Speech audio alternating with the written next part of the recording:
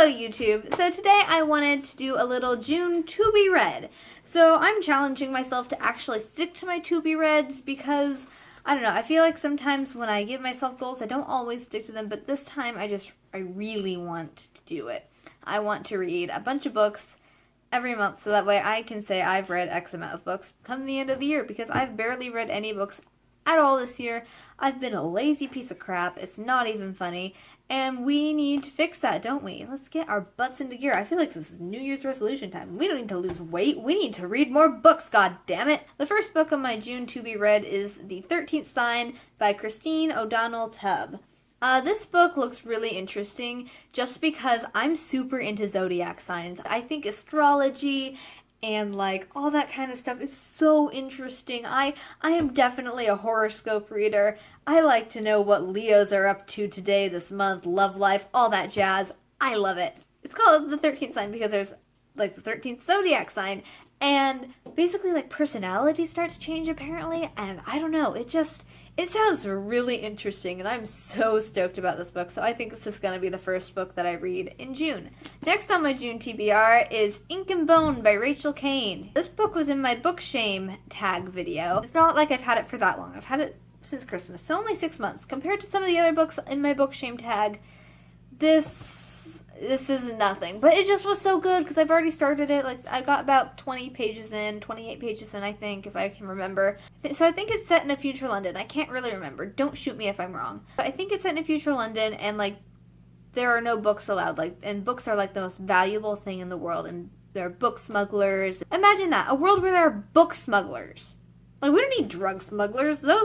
Drugs, those are totally legal. We need books. We need books right now. And I have Precious Blood. This is by Tonya Hurley.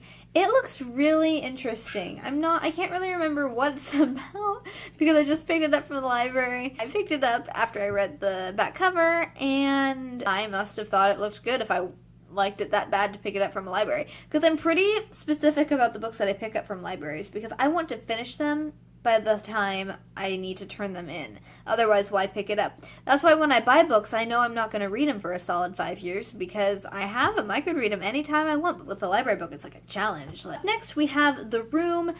This one just looks really interesting. It's not really the kind of book that I usually read because usually I read either YA or middle grade books because that's the kind of book that I like, and I'm not really into dark or like suspense or anything like that. The reviews I've heard, it's really good, but it's also a bit suspenseful. Yeah, it seems really sad. And I feel like I'm going to need a good cry this June because I'm graduating and I'm going to need a reason to cry other than graduating. Because I care more about fictional characters than I do about real humans. Next we have The Tightrope Walker by David Almond. This just looks pretty cool. I mean, I'm not going to lie, I didn't read the back cover of this. This is a library book and I should have read it. Like I just said, I'm super specific.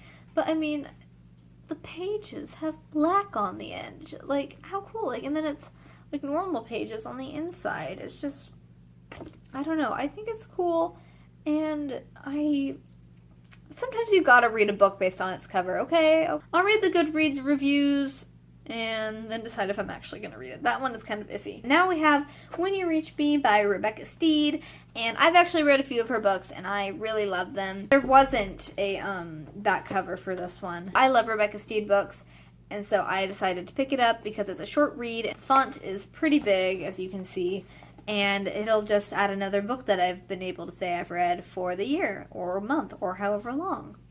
Now we have Echo.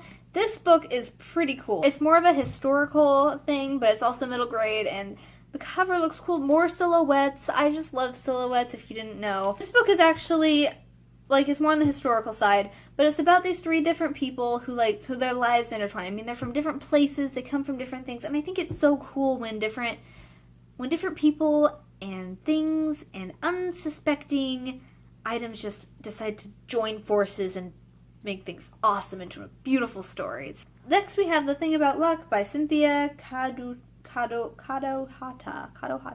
By Cynthia Kadohata.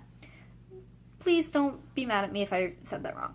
But this book, it's about luck and how this family has always had terrible luck, at least from what I can tell. Again, I haven't read the book, which is why it's on my to be read, but it just looks really good and I'm so stoked for it.